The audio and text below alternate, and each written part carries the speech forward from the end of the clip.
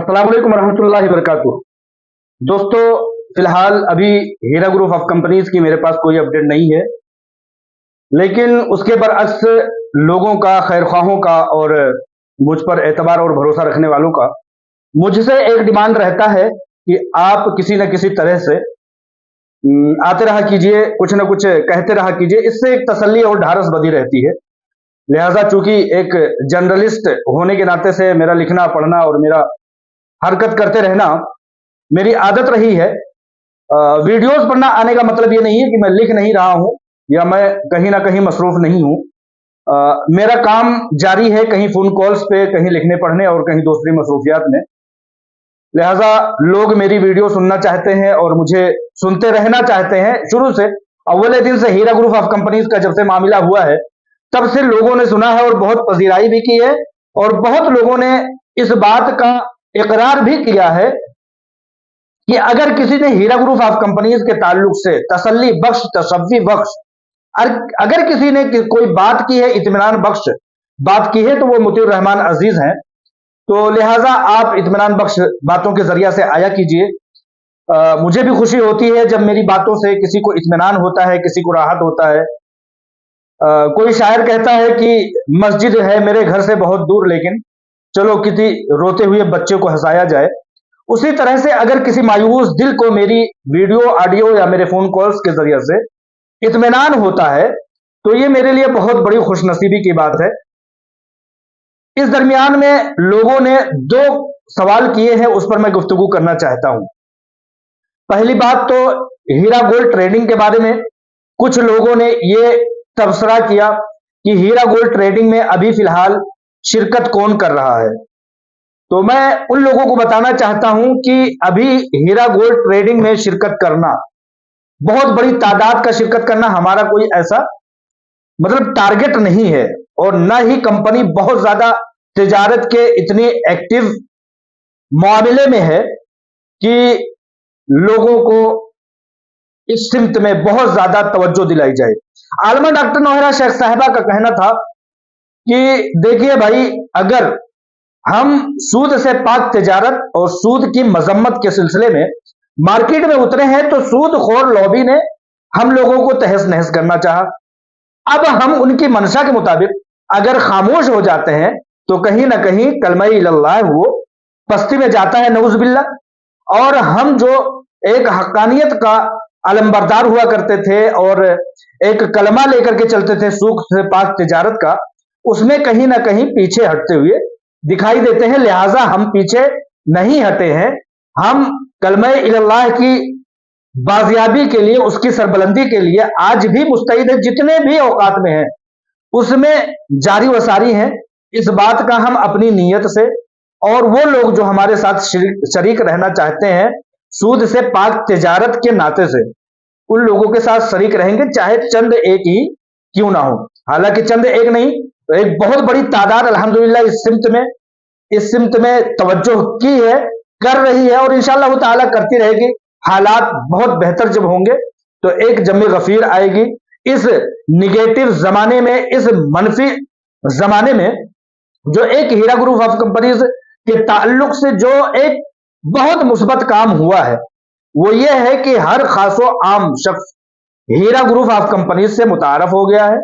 Heera group of companies के ताल्लुक से जो नहीं जानते थे कि वह कलमा इल्लल्लाह सूद से पाक तिजारत का कलमा लेकर के चल रही है, लोगों ने जान लिया है। अगर 1 करोड़ पब्लिक हिंदुस्तान भर में हीरा ग्रुप ऑफ कंपनीज को जान रही थी, समझ रही थी, देख रही थी, हीरा ग्रुप ऑफ कंपनीज आलमा डॉक्टर नौहरा शेख साहिबा के कारहाय नुमाया को समझ रही थी, वह आज अल्हम्दुलिल्लाह 10 करोड़, 20 करोड़ और 25-50 करोड़ अफराद तक वो मकबूलियत पहुंच चुकी है। इस पूरे मनफी जमाने का एक मुस्बत जो किरदार रहा है, मुस्बत जो रिजल्ट रहा है, वो ये रहा है।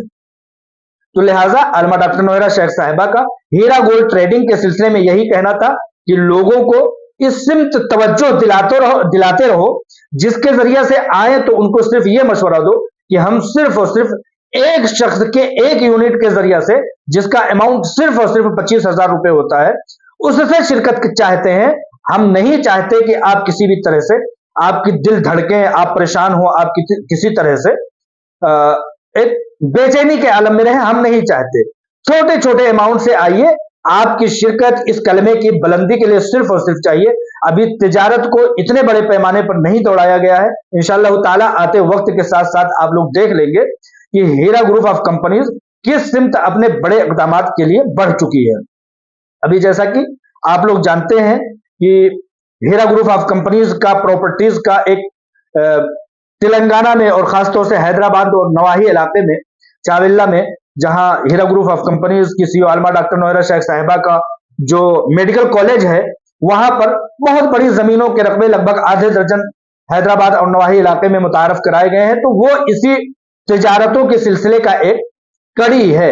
ये तिजारतों का सिलसिला बहुत सारे लोग पूछते हैं कि दीगर रियासतों में कब आएगा। आलमा डॉक्टर नोहरा शेख साहिबा का दावा है कि बहुत जल्द हिंदुस्तान भर की 30 रियासतों के तमाम राजधानियों और करीबी इलाकों में, तरक्की पजीर इलाकों में हम बहुत जल्द पहुंचेंगे। ये हीरा ग्रुप ऑफ कंपनीज का एक बढ़ता कदम है।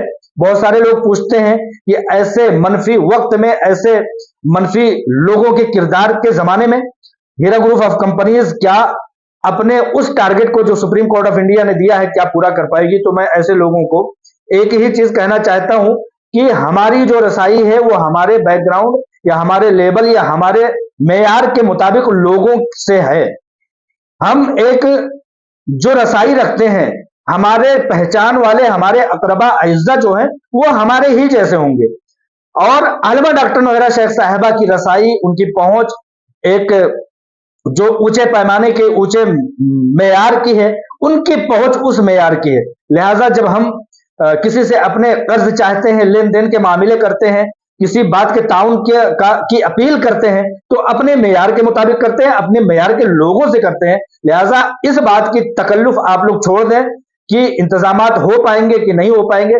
आलमा डॉक्टर नोहरा शेख साहिबा का जो मेयार है, जो उनका जो कद है, उनका जो समाज है और जो उनके उठने बैठने के एक अहाते हैं और दायरे हैं, वो उन्हीं की तरह के लोगों के हैं। लिहाजा अगर हम 10, 20, 25, 50 हजार रुपए, लाख रुपए अगर अपने अकरबा से इमदाद और ताउन, कर्ज और तमाम तरह के लेन देन का मामला करते हैं, तो हीरा ग्रुप ऑफ कंपनीज और उसकी सीईओ आलमा डॉक्टर नोहरा शेख साहिबा का भी दायरा एक बड़े लोगों के दरमियान उठने बैठने का है। तो वो अपने इंतजामात पर अल्हम्दुलिल्लाह मुनहमिक और मसरूफ कार हैं। आप लोग इत्मीनान रखें, दुआ कर सकते हैं, आप लोग दुआ कीजिए और उन दुआओं की बदौलत जैसे अभी तक सुरखरुई हमारा हीरा ग्रुप ऑफ कंपनीज, हमारी कंपनी का और उसकी सीईओ आलमा डॉक्टर नोहरा शेख साहिबा का मुकद्दर हुई है, अब भी होगी, आइंदा भी होगी। और जैसा कि लोग कहते हैं एक मकूले के तौर पर कि शाहीन शाहीन के साथ उड़ता है, बाज बाज के साथ उड़ता है, कबूतर कबूतर के साथ, कौवा कौवे के साथ और गिद्ध गिद्धों के साथ उड़ता है। लिहाजा आलमा डॉक्टर नोहरा शेख साहिबा एक शाहीन है, उनका दायरे कार जो है वो शाहीनों के साथ है और वो एक आला बुलंद मकाम मर्तबा के लोगों के दरमियान उठना बैठना उनका है। इंशाअल्लाह ताला आप लोगों की दुआओं की बदौलत उस टारगेट को वो अचीव कर लेंगी। अभी बहुत सारे समझिए कि इंतजामात के हाथ खुलने के अभी बहुत सारी चीजें अभी बाकी हैं। इंशाअल्लाह ताला वो अदायगियां भी हो जाएंगी, लेकिन इंशाअल्लाह ताला मैं ये समझता हूं कि Heera group of company CEO आलमा डॉक्टर नोहरा शेख साहिबा उस टारगेट को अचीव कर लेंगे। इस दरमियान में एक चीज मुझे याद आई, रवीश कुमार ऑफिशियल एक जो साइट है रवीश कुमार का, मशहूर जर्नलिस्ट है, खासतौर से मुसलमानों के और जमहूरियत पसंद लोगों के बहुत बड़े वो सहाफी हैं। उन्होंने 18-20 दिन पहले एक वीडियो डाला है सहारा के स्कैम के बारे में। सहारा का एक बहुत बड़ा जो 30, 35, 13, 14, 15 करोड़ पब्लिक का सैकड़ों हजार करोड़ का जो एक लेन देन का मामला था, उस पर एक बहुत तफसीली 20-25 मिनट की वीडियो उन्होंने डाला है। उसको देखेंगे तो मैं यहां कहने का मतलब उस पूरी वीडियो में आप लोगों के बताने का जो माखज है उसको देखेंगे तो आप समझ जाएंगे कि सीबी जो जांच कर रही थी, जैसे कि हमारी कंपनी की जांच कर रही है एसएफआईओ, वैसे ही सहारा की जांच कर रही थी सीबी। सीबी ने सीबी को ये ऑर्डर दिया, सहारा को ऑर्डर दिया Heera group supreme court of India ने कि आप 12,000 करोड़ रुपए सीबी के अकाउंट में दाखिल कर दीजिए। सुप्रीम कोर्ट ऑफ इंडिया ने सहारा को ऑर्डर दिया। 2012 की बात है। 2012 में 12 करोड़ रुपए जो है सहारा ने सीबी के अकाउंट में दाखिल किया और वो पैसे 2012 से अब तक 2024 10-12 साल हो गए, आज भी उन्हीं अकाउंट्स में पड़े हैं सीबी के। उसका ब्याज जो है वो 12 करोड़ से बढ़ करके अब 22 करोड़ हो चुका है इन दरमियान में। तो मेरे कहने का मतलब यह है कि सीबी जो कि डिपार्टमेंट है, उसने जो पैसे अपने अकाउंट और अपनी मातहती में लिया है, उसको लेने के बाद अभी तक लोगों तक उन्होंने पहुंचाया नहीं। वो उसका ब्याज अब जो है वो 1200 करोड़ से होकर के 2200 करोड़ तक हो गया है, यानी कि डबल के करीब हो गया है। और वक्त जो है 10-12 साल गुजर गए हैं। तो वो लोग जो एसएफआईओ में जाने के बाद फटाफट लोगों की अमानतें मिल जाने के ख्यालात में है। मैं नहीं समझता हूं कि सीबी की इस रिपोर्ट के मुताबिक सरकारी एजेंसी सीबी भी है, सरकारी एजेंसी एसएफआईओ भी है। एसएफआईओ या सीबी या कोई भी एजेंसी जब वो पैसे लेती है तो उसमें एक टाइम लिमिट लगा करके उसको कहीं ना कहीं फिक्स डिपॉजिट के तौर पर रख देती है। उसका सूद का रेशो बढ़ता जाता है और उससे कहीं ना कहीं सरकारें इस्तेफादा करती है, वो लेन देन वालों तक नहीं पहुंचता है।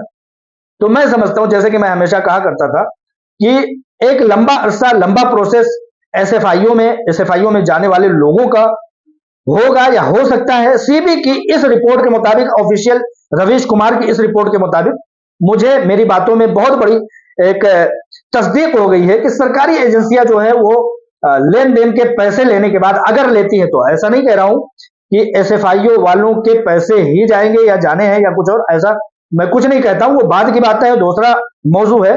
लेकिन एजेंसी सीबी, एजेंसी एसएफआईओ, ये सब एक तरह की एजेंसियां हैं।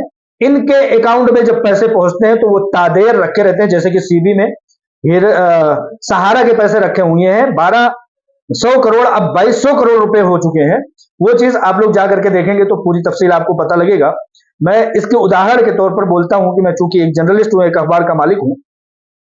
जब हम किसी एजेंसी से, एडवर्टाइजमेंट एजेंसी से कोई मुआहदा करते हैं तो हमारे साथ वो मुआहदा होता है, हम उसके एडवर्टाइजमेंट शाया करते हैं और उनका बिल जमा करते हैं। उस बिल में, उस रिलीज ऑर्डर में, आरओ में ये लिखा होता है कि आप 3 महीने के अंदर अंदर इनको इनके पैसे लौटा दें जो आपने रिलीज ऑर्डर दिया है, उसमें पूरी तफसील लिखी होती है। लेकिन वो एजेंसियां जो है वो हमें 3 महीने में नहीं देती हैं, 6 महीने में हमारे अमाउंट देती हैं, 9 महीने में अमाउंट देती हैं, 12 महीना, साल, 1.5 साल, 2 साल तक लगा देती हैं। उनका मेन मुद्दा और मेन रेशो क्या होता है उनका, वो जो पैसे पड़े होते हैं 2-2 महीने, 2.5-2.5 महीने, 3-3 महीने का फिक्स डिपॉजिट करके वो उस पर सूद के पैसे कमाते हैं। लिहाजा वो हमको बहुत जल्द हमारी अमानतें नहीं देते जो एडवर्टाइजमेंट एजेंसियां हैं। इसी तरह की सीबी के अकाउंट में पड़े हुए सहारा के वो पैसे आज 1200 करोड़ से 2200 करोड़ हो चुके हैं, सूद के पैसे बढ़ करके। लेकिन अभी तक एजेंसी ने जो दावा किया था, जो मुकदमा किया था, सहारा के साथ जो मुआहदा किया था, सुप्रीम कोर्ट ऑफ इंडिया ने जो मामला किया था, उस पर कार्रवाई नहीं होगी। 12 साल हो गए, वो पैसे दोगुने हो गए। मेरे कहने का मतलब है, रवीश कुमार ऑफिशियल पर जाकर के आप लोग देखेंगे तो आपको पूरी तफसील, उदाहरण और सबूतों के साथ रवीश कुमार ने शाया किया है। तो ये थोड़ी थोड़ी बातें, बहुत ज्यादा बातें हो गई। जिन लोगों के पास वक्त हो वही मेरी बातें सुना करे, बहुत ज्यादा अपना वक्त खराब करने की जरूरत नहीं है। मैंने कभी नहीं कहा कि कोई शख्स मेरी वीडियो सुने, मुझे सब्सक्राइबर करे या मुझे लाइक करे, मुझे कमेंट करे, किसी भी तरह की ऐसी जरूरत नहीं। जिसके दिल को मेरी बातों से राहत पहुंचती है वो बेशक एक बार नहीं सैकड़ों बार सुने। इंशाअल्लाह ताला कहीं से कोई भी लचक मेरी बातों में नहीं पाएगा कि इन्होंने तरफदारी की है। जो बातें होती है वही बातें मिसालों के साथ रखी जाती हैं, लोगों को सुकून मिलता है। मैं इस बात के लिए बहुत ज्यादा खुश होता हूं। अस्सलाम वालेकुम रहमतुल्लाहि व बरकातहू।